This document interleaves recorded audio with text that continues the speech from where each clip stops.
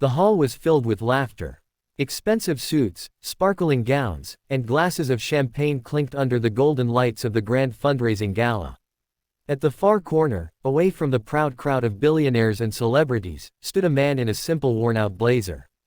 His shoes weren't polished, his shirt was older than the event itself, and his presence felt like a mistake in the midst of all that wealth. His name was David Carter.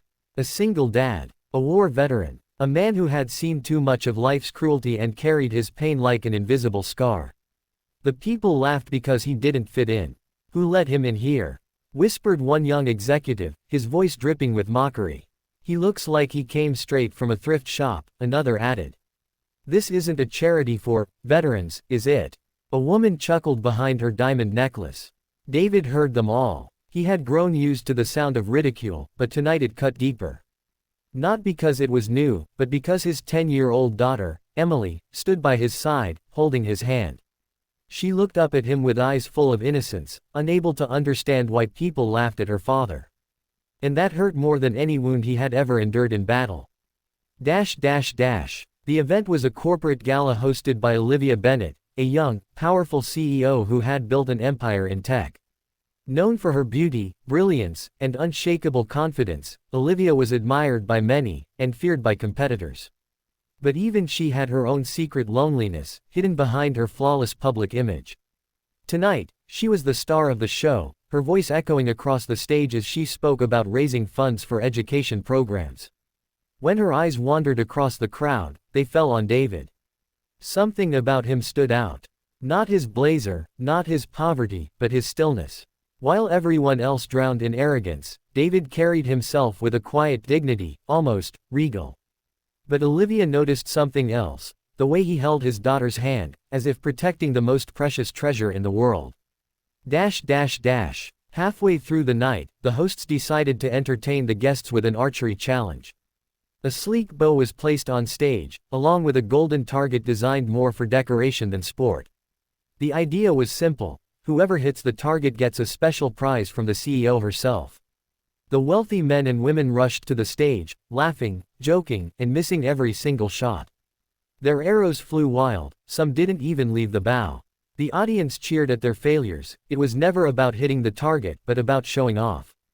Then someone from the crowd shouted, "Why don't we let the soldier try? Maybe he knows how to hold a bow." Laughter erupted. All eyes turned to David. His daughter squeezed his hand, whispering, "Daddy, don't. They're making fun of you." But David looked at her and smiled gently. "Sometimes, sweetheart, you don't show them your worth with words, you show them with action." He stepped forward. The laughter grew louder. Someone mocked, "Careful, he might hurt himself with the string." David ignored them. He picked up the bow, his hands steady, his breathing calm. Memories rushed back. The countless days on military training grounds, the long hours perfecting focus, precision, control. Archery wasn't just sport for him, it was survival.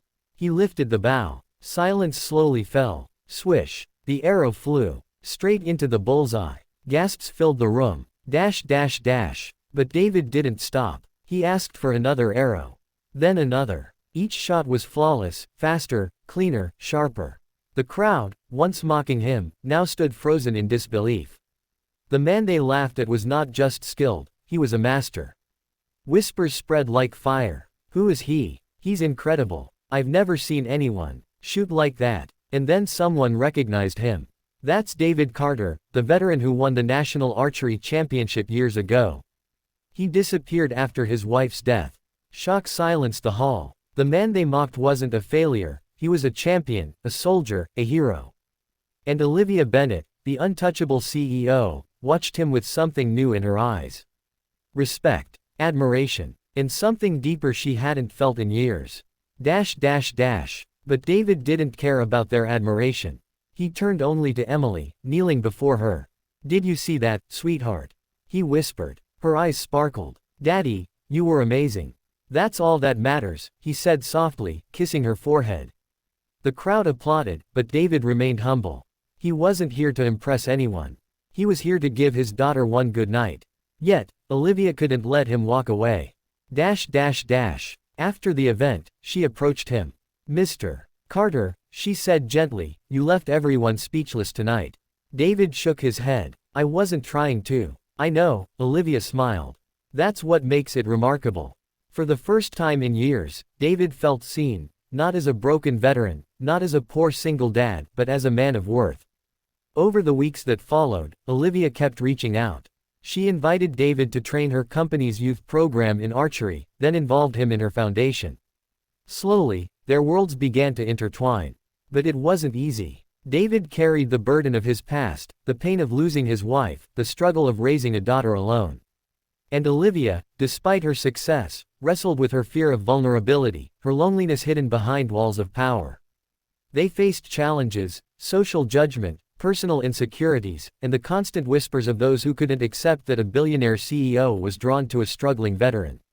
But what bound them together was stronger than society's laughter: Emily's innocent love for Olivia, Olivia's respect for David's integrity, and David's unwavering courage to live not for himself, but for those he loved. The love that grew between them wasn't instant passion, but a quiet fire. It was built on late-night conversations, shared dreams, and the realization that sometimes the most broken people carry the strongest hearts.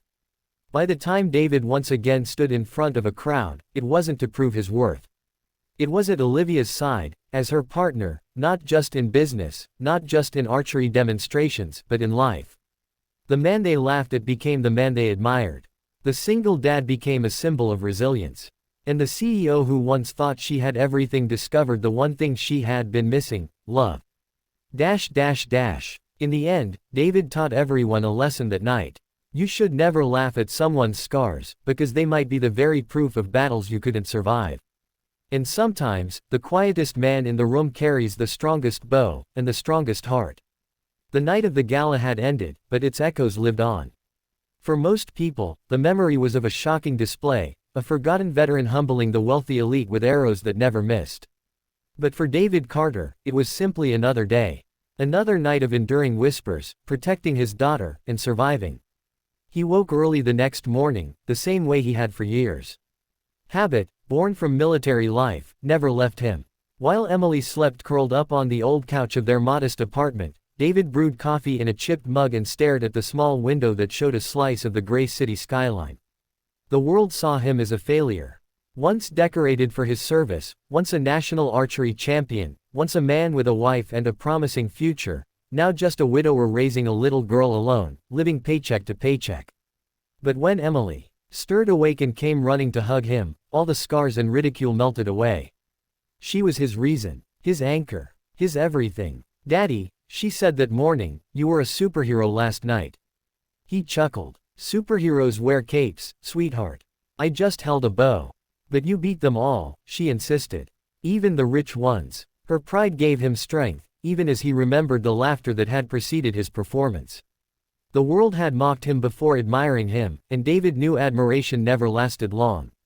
People were fickle. But Emily's love, that was eternal. A knock at the door. Later that week, as David prepared Emily's lunch for school, there came a knock at the door. He wasn't expecting anyone. When he opened it, he froze. Standing in the dim hallway was Olivia Bennett, the CEO, the woman every magazine adored, the woman who had stared at him differently at the gala. David blinked in disbelief. "Miss Bennett," she smiled faintly. Even in a casual jacket and jeans, she carried herself with quiet authority. "May I come in?" David hesitated, embarrassed by the cracked paint of the door, the humble room behind him, the second-hand furniture, the little signs of poverty he had learned to hide. But Olivia's eyes were kind, not judgmental. He stepped aside. Emily's face lit up instantly. "You're the lady from the stage," she exclaimed, running to her. Olivia bent down with grace. "And you must be Emily. Your daddy spoke with his arrows that night, but I think you were the one who gave him strength." Emily giggled, hiding behind her father. David cleared his throat. "What brings you here?" Olivia turned serious. "I wanted to thank you properly. And, I wanted to ask you for help." The offer. Over coffee at his tiny kitchen table, Olivia explained. "My company runs an after-school program for underprivileged kids," she said. "We teach them skills, coding, art, sports, but archery has always been missing. When I saw you shoot that night, I realized, you could teach them something no textbook ever could: focus, discipline, patience. David frowned. I'm not a teacher. I'm just a father. Olivia interrupted softly. A veteran. A champion. That's more than enough. He looked at her, wary. Why me? You could hire anyone. Because I don't want anyone, Olivia replied firmly. I want someone who knows what it means to fight, to lose, and still stand tall. Those kids need more than archery, they need hope. Her words hit him like an arrow to the chest. He had spent years surviving, never imagining he could inspire anyone again. But fear lingered. What if he failed? What if the past he carried, his brokenness, made him unfit? Emily's voice broke his hesitation. Daddy, you should do it. You always tell me never to give up. Maybe you can tell them too. David's eyes softened. His daughter believed in him. That was enough. He nodded. All right, I'll try. A new beginning. The first day at the community center was nerve-wracking. A group of kids stood waiting, some eager, some skeptical, some angry at the world already, though they were barely teenagers. David walked in quietly, bow in hand, Emily skipping beside him. Olivia stood at the back, watching silently, giving him space. At first, the kids mocked. Archery? Seriously? Who cares about bows when we got video games? This dude looks like he came out of the army or something. David didn't respond. He set up the target, lifted his bow, and released an arrow straight into the bullseye. Then another. Then another. Perfect. Silence fell. Archery, he said calmly, isn't about strength. It's about control. You control your breath, your hands, your mind. You hit the target not with your arms, but with your focus. Something shifted in the room. Curiosity replaced boredom. Even the toughest kids leaned forward, intrigued. Over the weeks, David became more than a coach. He became a mentor. He told stories, not of glory, but of resilience. He taught them that discipline wasn't punishment, but freedom. That mistakes weren't failure, but lessons. And the kids listened. For the first time in years, David felt alive. He wasn't just surviving anymore, he was giving. Olivia's eyes. Every day after practice, Olivia would find herself watching David. The way he guided the children with patience, the way he laughed softly at their mistakes, the way he carried his quiet dignity even in the most ordinary moments. It wasn't just admiration anymore. It was something deeper. Something she had long buried beneath boardrooms and skyscrapers. One evening, as they walked out together, she asked, David, do you ever miss who you used to be? The champion, the decorated soldier, the man everyone respected. He paused. I miss my wife, he said quietly. I miss the life we dreamed of. But the rest? No. Respect is fickle. What matters is Emily. If she grows up knowing her father never quit, that's enough for me. Olivia's heart ached at his honesty. She had wealth, power, influence, but not the kind of love that made life worth living. Watching David with Emily, she realized she wanted that. She longed for it, though she feared admitting it. The challenge. But life never stays kind for long. One afternoon, as David walked Emily home from school, they passed a group of men outside a cafe. One of them, an arrogant executive who had mocked David at the gala, recognized him. Hey, look, it's the bow and arrow guy. The man sneered. What's next? Teaching kids how to hunt squirrels. The others laughed. Emily's hand tightened in fear. David calmly guided her past, refusing to respond. But the man called after him, loud enough for the street to hear. No wonder your wife left you, you were never good enough. The words cut deep. David froze, his fists trembling. His wife hadn't left him, she had died in a car accident. That wound was sacred. Emily tugged his sleeve, whispering, Daddy, don't. With every ounce of restraint, David walked away. But that night, alone, he broke down. The laughter, the cruelty, the endless judgment, it all came crashing back. He stared at his bow in the corner of the room. Once a symbol of pride, now a reminder of how far he had fallen. For the first time in years, he wondered if maybe the world was right about him. Olivia's choice. The next day, Olivia noticed something wrong. David was quiet, distracted during training.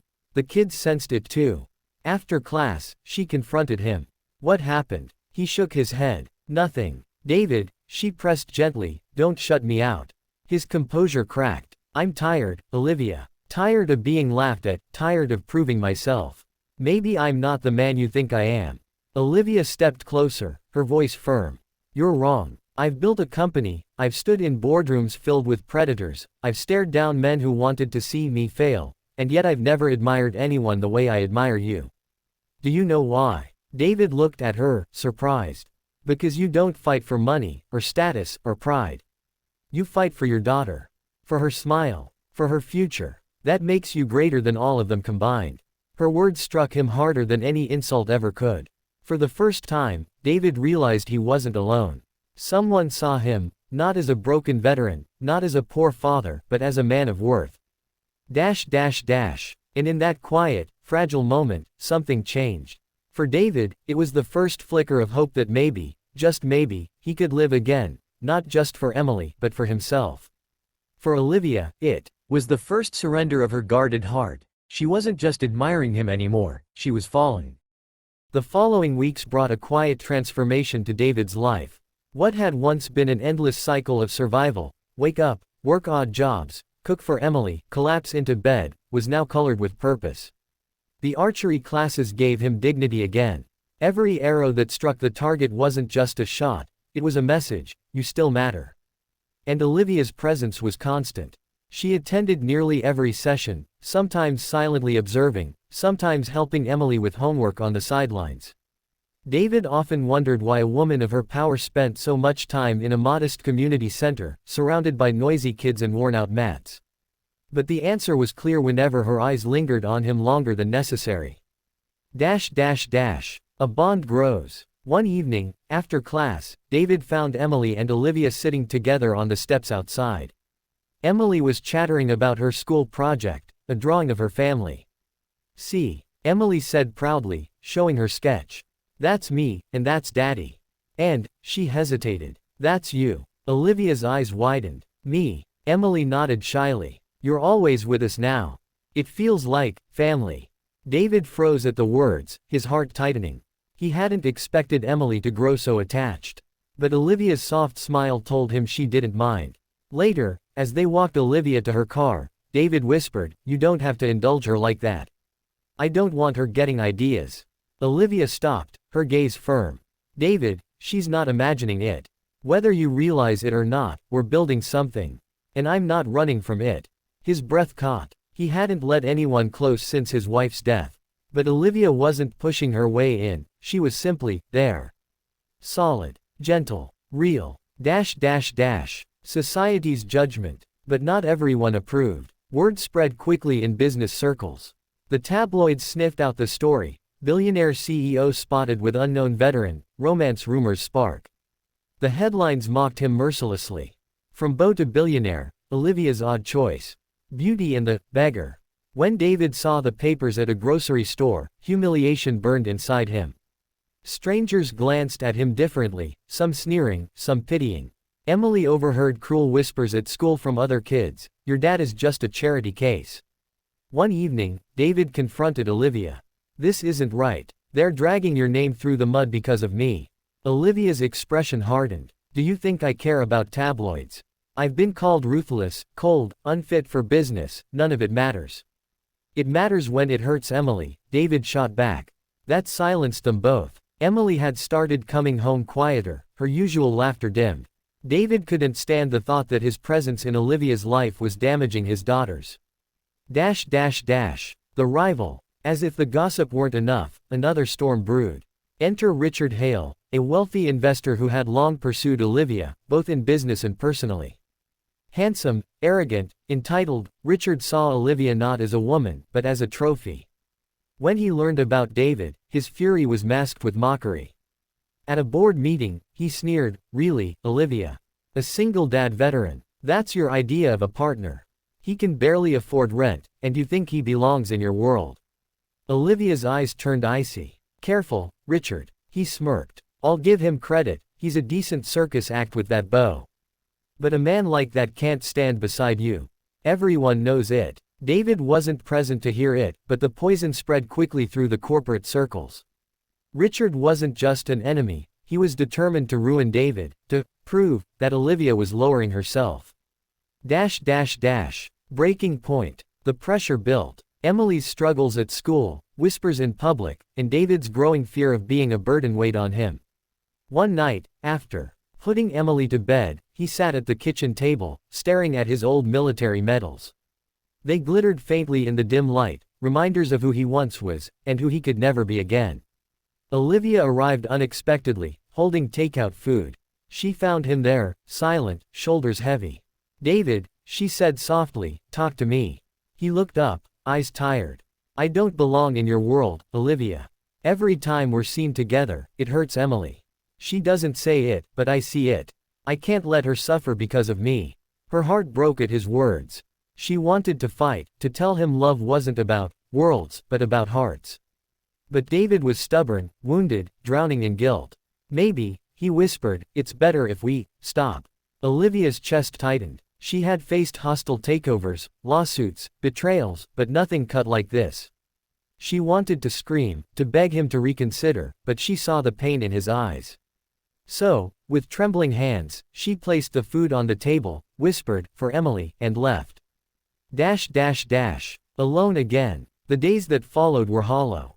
David went through the motions, cooking, cleaning, teaching archery, but his spirit dimmed. The kids noticed his smiles were forced.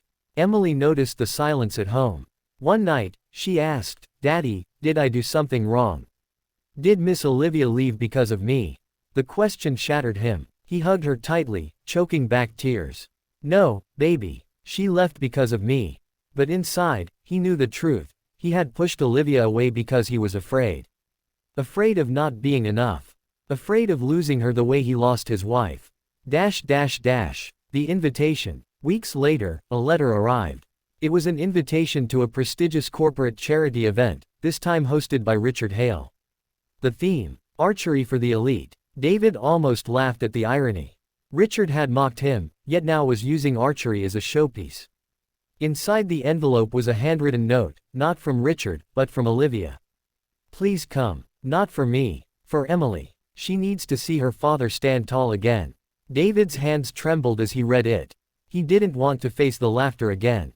But Emily's hopeful eyes when she saw the invitation told him he couldn't refuse. The showdown. The event was grander than the last, spotlights, cameras, journalists swarming everywhere. David walked in wearing the same simple blazer, Emily clutching his hand. Whispers started instantly. "There he is again. The charity case. What's he doing here?" Richard Hale stood on stage, bow in hand, pretending at skill. He fired an arrow that barely scraped the target, yet the crowd applauded. He grinned smugly, then gestured toward David in the audience. "Ah, our local hero," Richard announced mockingly. "Care to show us your tricks again? Or are you afraid the spotlight might break you this time?" The crowd laughed. Cameras flashed. Emily hid behind her father's leg, trembling. David's heart pounded. He hated being their spectacle. But then Olivia appeared, stepping out from the side of the stage. Her eyes locked on his, not pleading, not commanding, but believing. And that was enough. He stepped forward. The archer rises. Taking the bow, David inhaled slowly. The room blurred into silence. All he heard was his own heartbeat, steady and strong. Swish. The arrow flew, straight into the bullseye. Gasps filled the hall. He fired again. Another bullseye. Then another. Then another. Faster. Sharper. Perfect. The crowd erupted, not with laughter this time, but thunderous applause. Even the cameras couldn't deny the truth. This was no charity case. This was a champion. Richard's face burned with humiliation. His arrogance crumbled in front of everyone. But David didn't look at him. He turned to Emily. She was beaming, clapping wildly, her pride shining brighter than any spotlight. And then he looked at Olivia. Her eyes glistened, her smile trembling, her heart unspoken but undeniable. A new resolve. That night, after the event ended, Olivia found David outside beneath the quiet stars. "You were incredible," she whispered. He shook his head. "No, I was just me. And that's exactly why she stopped herself, her chest rising with words she wasn't ready to say. David reached out, gently taking her hand. "I was wrong, Olivia. I thought walking away would protect Emily. But she doesn't need me to hide. She needs me to stand. And maybe I need you beside me to do that." Olivia's breath caught. In his eyes, she saw no fear this time, only resolve. And in that moment, the walls around her heart shattered completely. The night of the second gala had ended with cheers instead of laughter, but David Carter knew one truth: the world had not suddenly changed. Yes, people admired him for a moment, but admiration faded. Behind the applause still lurked envy, bitterness, and ridicule waiting for him to falter. And in one man's eyes, hatred burned like a wildfire: Richard Hales. Richard had built his life on arrogance, used to controlling boardrooms and people alike. To see David, a nobody, as he called him, steal not only the crowd's admiration but Olivia's heart was intolerable. That night, as the cameras focused on David's flawless shots, Richard clenched his fists and vowed, "I'll destroy him. And I'll make sure Olivia regrets ever choosing him." The calm before the storm. In the weeks that followed, David's life seemed almost too good to be true. Emily was thriving, her laughter returned, her confidence blooming. She told everyone her daddy was a hero, and David, though humble, could not deny the pride in her eyes.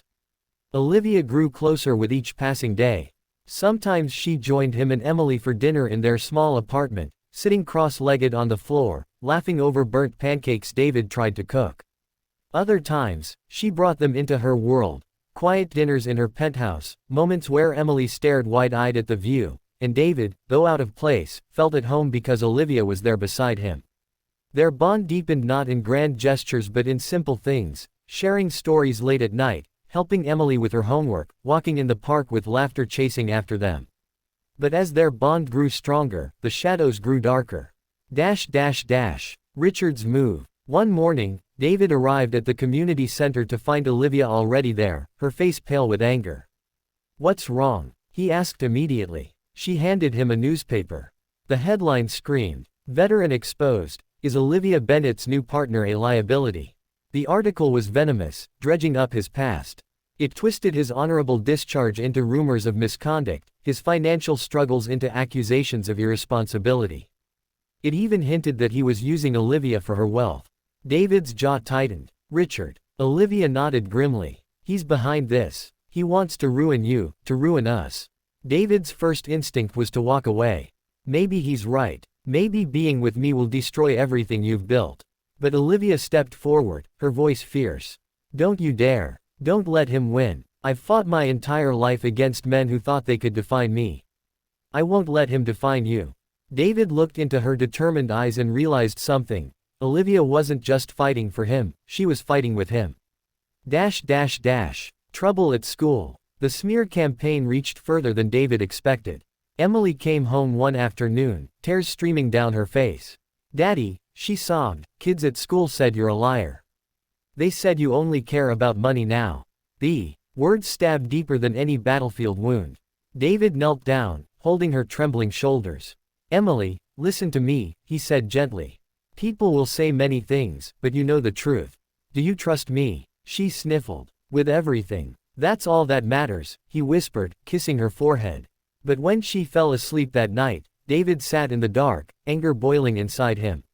Richard wasn't just attacking him, he was hurting his daughter. And that, David could not forgive. Olivia's confession. One evening, as the city lights twinkled outside Olivia's penthouse, she turned to David with trembling hands. "There's something I need to tell you," she said softly.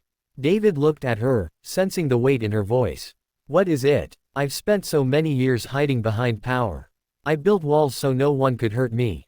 But with you, with Emily, the walls are gone. And it terrifies me." David's chest tightened. "Olivia." She placed her hand on his. "I'm not afraid of you. I'm afraid of losing you.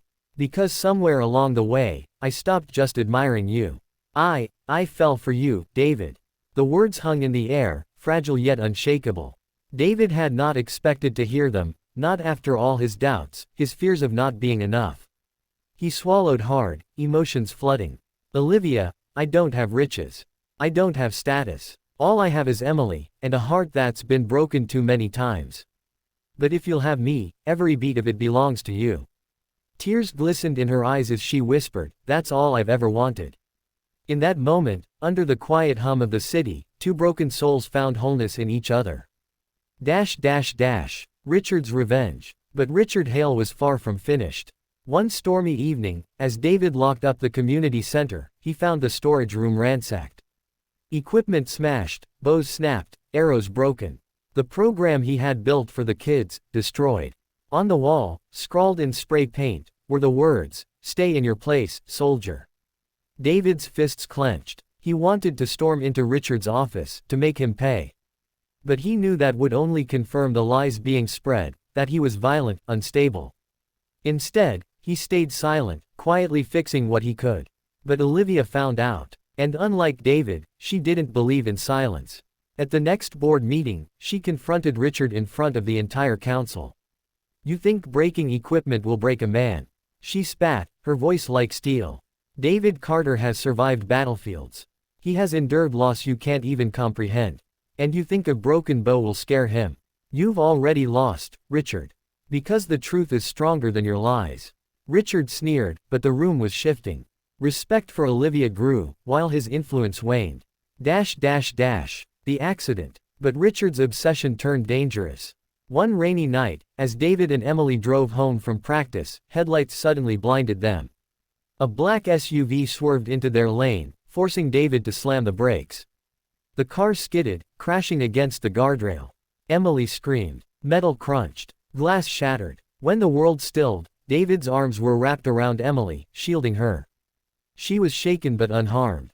He had taken the brunt of the impact, his shoulder bleeding, ribs aching. Through the shattered window, David saw the SUV speed off into the night. No plates, no trace. But in his gut, he knew. Richard. At the hospital, Olivia rushed in, panic in her eyes. She saw David bandaged, Emily curled against him, and her heart nearly broke. "David," she whispered, tears spilling, "I can't lose you." He forced a weak smile. "You won't. I promised Emily I'd never quit. And I don't break promises." The turning point. The accident changed everything. David realized he couldn't keep running from the fight. Richard wasn't going to stop, not until he destroyed everything David loved. And Olivia realized something too. Her world of wealth and influence was powerful, but without David, it was empty. She no longer cared about public opinion, about gossip or status. All she cared about was the man who had protected not just her, but Emily, with every ounce of his being. That night, as David held Emily's hand in the hospital bed, Olivia sat beside him. "David," she said firmly, "we're not hiding anymore. You, me, Emily. We're a family. And no one, not Richard, not the world, will take that from us." David looked at her, his eyes weary yet determined. For years, he had carried his battles alone. But now, he realized, he didn't have to. Together, they were stronger. The room echoed with laughter. It wasn't the warm kind of laughter that fills a space with joy, it was sharp, mocking, and heavy with arrogance. At the center of it stood a man who didn't fit the room's polished atmosphere. His clothes were worn but clean, his boots scuffed from years of use, and his posture, though dignified, betrayed the weight of battles both fought and endured. His name was Daniel Carter, a single dad, a veteran, and the kind of man who carried stories in his silence. He wasn't supposed to be there, at least not in their eyes. The laughter came from the employees of Greyson Enterprises, a powerful firm in the city known for its ruthless CEO, Rebecca Greyson. They looked at Daniel as if he was a misplaced puzzle piece, a relic of a different world. To them, he was just another struggling father who had wandered into the wrong place. What they didn't know was that behind Daniel's quiet demeanor lay a mind sharper than any blade, trained not just in war but in patience, discipline, and strategy. Daniel had come that day for his daughter, Emily. At 12 years old, Emily was bright, talented, and obsessed with chess. She had inherited her father's love for the game, and together they would spend nights playing, sometimes until she fell asleep at the board. But the school she attended wasn't kind to her. Children mocked her for being the daughter of a washed-up soldier, and teachers often looked past her brilliance because of her background. Yet Emily had something special. She had recently qualified for a prestigious junior chess tournament, one that was partly sponsored by Greyson Enterprises. The problem: entry required funding that Daniel didn't have. When Daniel learned the CEO herself would be hosting a charity gala with a chess exhibition, he saw an opportunity. If he could prove himself and win, maybe he could secure a sponsorship for Emily. But walking into that building was like stepping into a world that had no room for men like him. His uniform wasn't military anymore, but everyone could see he didn't belong. His calloused hands, his quiet presence, they all became reasons for mockery. "Hey old man, you lost. This isn't a recruitment center," one young executive sneered, drawing laughter from others. Daniel said nothing. He never wasted words on empty cruelty. When Rebecca Greyson entered the room, the laughter died down. She was a woman of presence, sharp eyes, immaculate suit, and an aura that commanded attention. She glanced at Daniel with curiosity rather than disdain, though her tone was cool. "And you are?" "Daniel Carter," he replied evenly. "I'm here for the chess exhibition. I'd like to play." The room rippled with stifled laughter again, but Rebecca raised a hand, silencing them. "You?" she asked, arching an eyebrow. "Do you even play?" Daniel met her gaze without flinching. "I don't play for fun. I play for purpose." Rebecca studied him for a long moment. Something in his eyes unsettled her, something that spoke of battles and strategies beyond board games. "Very well," she said finally. "Let's see what you can do." The exhibition began. Several employees volunteered to face Daniel first, confident they would crush the stranger quickly. One after another, they sat across from him, and one after another, they fell. Daniel didn't just win, he dismantled them with precision, predicting their every move, seeing traps they didn't even know they had set for themselves. His calm patience unnerved them. The laughter that had once filled the room began to fade into stunned silence. When the last employee lost, Rebecca herself stepped forward. She had always been a proud player, known in elite circles for her skill. She sat down across from Daniel, her sharp eyes never leaving his face. "Don't lose easily," she warned. Daniel simply nodded. "Neither do I." The match began, and the room grew tense. Move after move, Rebecca pressed aggressively, trying to dominate the board. Daniel countered with quiet, calculated precision, never rushing, always 3 steps ahead. As the game stretched on, Rebecca's confidence began to waver. She had faced grandmasters before, but Daniel's style was different. His moves weren't flashy or arrogant, they were disciplined, deliberate, forged in the mind of a man who had once mapped strategies on battlefields where mistakes cost lives. Finally, after what felt like an eternity, Daniel moved his knight with quiet finality. "Checkmate," he said softly. The room erupted, not in laughter, but in stunned disbelief. Rebecca stared at the board, her pride battling with the undeniable truth: she had been defeated. Not by a wealthy businessman, not by a renowned professional, but by a single-dad veteran whom everyone had mocked. Rebecca leaned back in her chair, studying him. For the first time in years, she was speechless. Around her, the employees whispered in awe, their earlier laughter now a shameful memory. But Daniel didn't gloat. He didn't smirk or boast. He simply gathered the chess pieces and stood up. "I didn't come here to embarrass anyone," he said quietly. "I came here for my daughter. She has a gift, and she deserves a chance. That's all I ask." Rebecca's eyes softened ever so slightly. Something about his humility, his strength wrapped in quiet dignity, struck a chord deep within her. "Tell me about her," she said. And that was the moment everything began to change. Rebecca's office was quiet after the match. The polished glass walls reflected the city lights, but her attention was fixed on Daniel, who stood with the same steady calm as if nothing extraordinary had just happened. For her, the chessboard had always been a place where power revealed itself, where intelligence triumphed. Yet tonight, it wasn't her victory but her defeat that had opened her eyes. She had underestimated a man who lived outside her world of skyscrapers and boardrooms, and now she couldn't ignore him. "Sit," Rebecca said finally, gesturing toward a chair. Her tone was softer now, no longer laced with condescension. Daniel hesitated but then lowered himself into the seat. "I appreciate your time," he said. "You said you came here for your daughter," Rebecca began. "Tell me about her." Daniel's eyes softened in a way that contrasted with his otherwise stoic face. "Her name's Emily. She's 12. Smart, stubborn, a little too much like her mom used to be." His voice caught for a second, the memory of his late wife still a wound that never fully healed. "She loves chess. She's got something in her, something rare. But the world doesn't see it. They see a soldier's daughter, a kid who doesn't fit. They laugh at her the way they laugh at me. But I can't let that stop her." Rebecca listened intently. For years she had lived in a world where appearances mattered more than substance. Her employees worshipped titles and dismissed anyone who didn't wear wealth on their sleeves. But here was a man with nothing to prove, who still radiated a strength none of her executives could ever match. Emily qualified for a national junior tournament, Daniel continued. But the fees, the travel, it's out of my reach. I thought maybe if I proved myself here, someone might believe in her. Rebecca leaned back in her chair, fingers steepled. You risked humiliation just to get someone to listen. Daniel met her gaze steadily. I've faced worse than humiliation. And for her, I'd face it 1,000 times. There was a silence between them, heavy but not uncomfortable. For the first time in years, Rebecca felt something stir, a respect, perhaps even admiration. Bring her here, she said suddenly.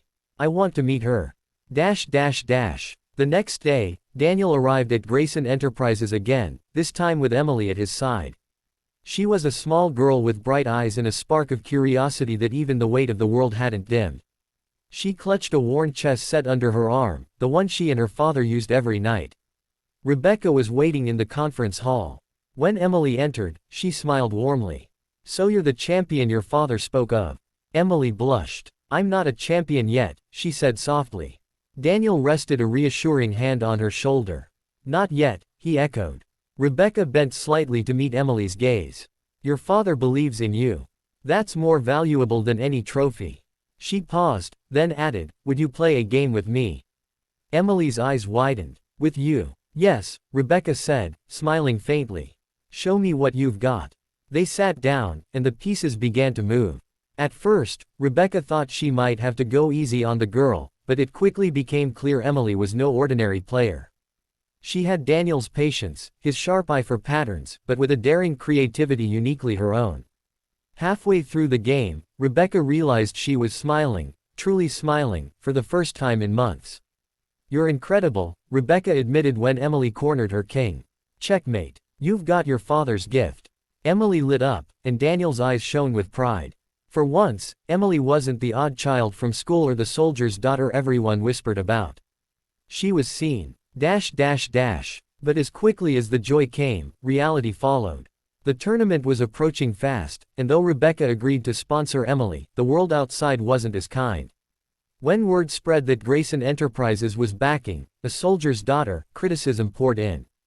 Journalists questioned the decision, business partners mocked Rebecca for wasting resources on a charity case, and rival families in the chess community sneered at Emily.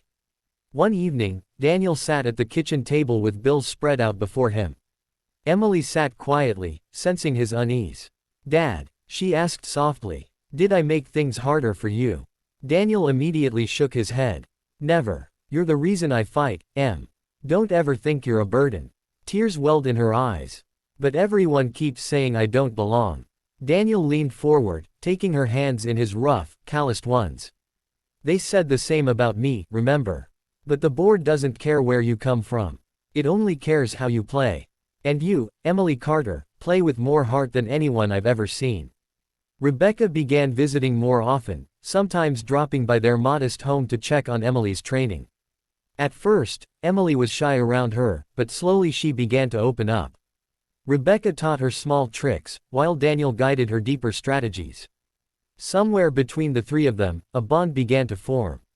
Rebecca, who had always lived in the cold glass towers of the city, found warmth in the Carter home. She watched as Daniel cooked simple meals, as Emily laughed at his bad jokes, and she felt something she hadn't felt in years, family. Yet, challenges mounted. The tournament was filled with children from wealthy families, trained by expensive coaches, groomed for victory. At the press conference before the event, reporters asked Emily harsh questions. Do you think you can compete against children who've been playing internationally for years? Emily hesitated, her voice faltering, but Daniel stepped forward, his hand on her shoulder. She doesn't need to prove anything to anyone but herself, he said firmly. If she sits at that board, she already belongs. Rebecca watched the scene unfold, her chest tightening. With something she couldn't explain. She had seen countless men stand before cameras, polished and rehearsed, but none had spoken with the raw, steady conviction of Daniel Carter. And in that moment, she realized something. This man wasn't just a soldier, or a father, or a chess player. He was a leader. A man who inspired by simply being who he was. The stage was set. The tournament loomed closer, and with it came the weight of expectations, ridicule, and hope. Emily trained tirelessly under her father's watchful eye. Rebecca pulled strings to ensure she had the resources she needed. And Daniel carried the quiet storm within him, determined that no matter what the world said, his daughter would stand proud. But neither he nor Emily knew that the biggest test was yet to come. The day of the National Junior Chess Tournament arrived with a heavy sense of expectation. The venue was a grand hall filled with banners, polished wooden boards, and rows of young competitors who carried themselves with an air of entitlement. Many of them came from wealthy families, dressed in tailored blazers, their parents standing behind them like generals before a battle. And then there was Emily Carter, with her worn chess set and her father by her side, standing out like a sparrow among falcons. Daniel adjusted his daughter's collar and knelt down to meet her eyes. "Remember, Emily," he said softly, "you don't have to be anyone but yourself. Just play the game the way we practiced. Win or lose, I'll be proud." Emily nodded nervously, clutching her chess set. She glanced around at the crowd of confident children and their polished coaches. The whispers had already begun. "Isn't that the soldier's kid?" One mother muttered. "She doesn't stand a chance," another scoffed. "Publicity stunt," a boy sneered as he walked past. The words stung, but Daniel stood tall beside his daughter. He had faced enemy fire before, he knew how to stand firm against hostility. Still, it broke something inside him to see his little girl exposed to such cruelty. Rebecca arrived shortly after, dressed elegantly yet carrying none of her usual arrogance. When she saw Emily shrink under the weight of the whispers, her expression hardened. "Ignore them," she said firmly, kneeling to Emily's level. "They laugh now because they don't know you. But by the end of this, they won't forget your name." Emily's eyes widened at the CEO's words, and for the first time that morning, a small smile tugged at her lips. The tournament began. Emily's first match was against a boy named Lucas Stanton, son of a well-known banker who had been bragging for weeks about his son's inevitable victory. Lucas smirked as he sat down across from Emily, his expensive watch gleaming under the lights. "This will be quick," he whispered, loud enough for her to hear. Daniel, standing behind Emily, clenched his fists but said nothing. He knew this was Emily's battle. The game started. Lucas moved aggressively, trying to intimidate her with flashy openings. Emily, just as her father had taught her, didn't flinch. She studied the board carefully, countering with calm, deliberate moves. With every piece she captured, the smirk on Lucas's face faded. After 40 tense minutes, Emily leaned forward and said the words her father had whispered to her countless times at home. "Checkmate." The hall erupted in murmurs. The banker's son had fallen to the soldier's daughter. Lucas pushed away from the table in frustration, muttering excuses, but Emily didn't gloat. She simply packed her set with quiet dignity, just like her father had taught her. Daniel's chest swelled with pride, and Rebecca found herself clapping, a genuine smile lighting her face. As Emily advanced through the rounds, the challenges grew tougher. Her opponents underestimated her at first, but one by one, they fell. Her strategies weren't wild or reckless, they were thoughtful, precise, a reflection of the lessons Daniel had instilled. But Emily also had her own flair, a creativity that even Daniel hadn't expected. But with each victory, the whispers turned sharper. The parents of wealthy competitors didn't take kindly to losing to someone they viewed as beneath them. Rumors spread that Emily was a charity case propped up by Greyson Enterprises for publicity. Journalists cornered Daniel during breaks. "Mr. Carter, how do you respond to critics who say your daughter doesn't belong here?" One reporter pressed, shoving a microphone in his face. Daniel's jaw tightened, but his voice remained steady. "She belongs because she earned her place. She doesn't need anyone's permission to sit at that board." Another reporter sneered, "Isn't this more about you proving something than her?" For a moment, Daniel's eyes darkened with a pain he rarely showed. Memories of nights holding Emily close after her mother's death, of working long shifts just to put food on the table, of sacrificing everything for her, it all surged inside him. "This isn't about me," he said firmly. "It's about a little girl who has the courage to dream, even when the world tells her not to." Rebecca, watching from nearby, felt a lump rise in her throat. She had built her empire on strength, but Daniel's kind of strength was different. It wasn't about dominance or wealth, it was about sacrifice, love, and resilience. And it was beginning to change her. By the semi-finals, Emily had captured the attention of the entire hall. Her name was whispered not as a joke anymore, but with awe. Her last opponent before the finals was a teenage prodigy named Christopher Hale, a boy trained by international coaches, his family known for buying their way into every tournament. Christopher played ruthlessly, every move calculated to crush not just Emily's pieces but her spirit. The match stretched on for hours. Emily's brow furrowed, her hands trembling slightly. Christopher smirked, leaning back in his chair. "You're good," he said mockingly, "but not good enough. This isn't a game for little girls who play in kitchens." Daniel's fists clenched again, but Emily surprised everyone. She looked up at Christopher with steady eyes and whispered, "My dad taught me the board doesn't care where you play. Only how." With that, she made a daring sacrifice, one Daniel had shown her years ago but had rarely seen her use. The crowd gasped as the board shifted, Christopher's advantage unraveling. 10 minutes later, Emily said it again, "Checkmate." The hall exploded with applause. Even those who had doubted her couldn't deny the brilliance they had just witnessed. Daniel felt his throat tighten with emotion. Rebecca clapped harder than anyone, pride in her eyes as though Emily were her own daughter. But while the hall cheered, Christopher's father stormed forward, furious. "This is a disgrace. That girl doesn't belong in this tournament." The room grew tense. Emily's smile faltered, fear flickering in her eyes. Daniel stepped forward instantly, his voice cutting through the noise like steel. "She belongs because she earned it. Every move, every game, she fought for it. Don't you dare take that away from her." The silence that followed was deafening. Even Rebecca felt her chest swell with admiration at the man who never backed down, not for himself, but for his child. That night, as Daniel and Emily prepared for the final match the next day, Rebecca joined them at their modest home. She brought food, insisting they eat something warm and healthy. For the first time, Daniel allowed himself to relax, sharing stories of his days in the service, of how he used chess to keep his mind sharp during long deployments. Emily fell asleep at the table, her small hand curled around a pawn. Rebecca helped Daniel carry her to bed. In the quiet that followed, she looked at him, really looked. "You know," she said softly, "you're not just teaching her chess. You're teaching her how to face the world." Daniel smiled faintly, his eyes tired but filled with love. "The world isn't fair, but if she can sit at a board and believe she belongs, maybe she'll believe she belongs everywhere else too." For a moment, Rebecca said nothing. She just watched him, her heart stirring in ways she hadn't expected. The CEO who once thought victory was everything was slowly realizing that true strength looked a lot like a soldier turned single father who refused to give up on his little girl. And tomorrow, the final match would decide everything.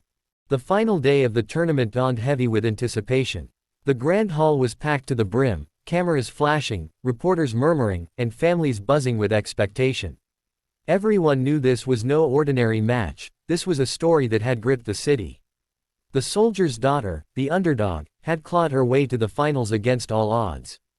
And now she would face the reigning champion, Alexander Pierce, a 14-year-old chess prodigy known for his icy composure and ruthless play. Daniel walked Emily into the hall, his steady presence shielding her from the weight of countless stares. She looked smaller than ever amidst the towering crowd, but her eyes held determination. He bent down, whispering the same words he had spoken before every match. "Play the game, Em. Play it the way only you can. And no matter what happens, I'm already proud." Rebecca arrived moments later, her presence commanding instant attention. This time she wasn't there as the untouchable CEO of Greyson Enterprises. She was there as someone standing behind Emily and Daniel, visibly invested in their fight. She ignored the skeptical whispers of other sponsors and parents, her gaze fixed only on the Carter family. The announcer called the names. Emily and Alexander sat across from each other, the final board set between them. Alexander's parents stood proudly in the front row, their confidence radiating. To them, this was a formality, just another trophy to add to their son's collection. "Are you ready?" the referee asked. Emily glanced at her father, who nodded. She swallowed hard, then whispered, "Yes."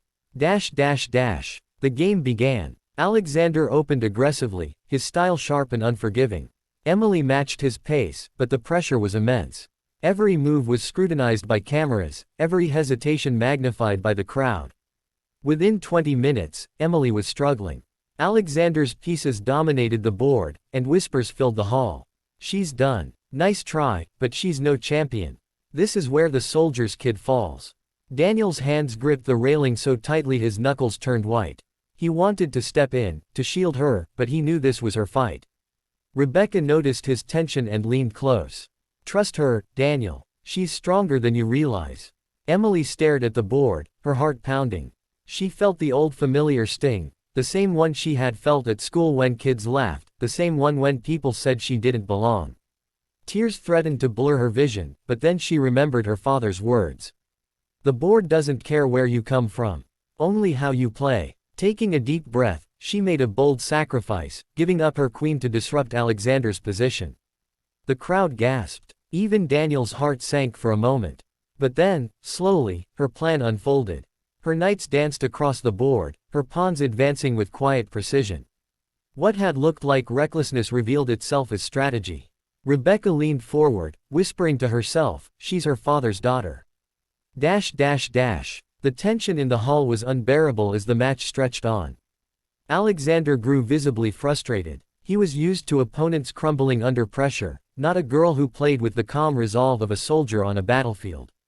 "You're lucky," Alexander muttered under his breath. Emily shook her head, her voice soft but firm. "I'm prepared." Move after move, she clawed back control. The hall, once filled with murmurs of doubt, now sat in stunned silence. Cameras zoomed in as Emily pushed Alexander into a corner he hadn't anticipated. Daniel's breath caught in his throat as he recognized the formation. It was the same endgame tactic he had taught her years ago on their old wooden board at home. And then it happened. Emily placed her rook down with a trembling but confident hand. "Checkmate," she said. The hall erupted. Applause thundered, reporters rushed forward, and even Alexander sat back in disbelief. Emily Carter, the soldier's daughter, the underdog mocked from the start, was now the champion. Daniel felt his vision blur with tears he refused to let fall. He moved quickly, lifting Emily into his arms as the crowd cheered. "You did it, Em," he whispered, his voice breaking. "You showed them all." Emily clung to him tightly, her small voice muffled against his shoulder. "I didn't just want to win, Dad. I wanted them to see me the way you do." Daniel closed his eyes, overwhelmed. "They see you now, sweetheart. And they'll never forget." Rebecca approached, her eyes glistening in a way no one had ever seen from the steel-hearted CEO. She placed a hand on Emily's shoulder, her voice thick with emotion. "You didn't just win a game. You taught everyone here a lesson.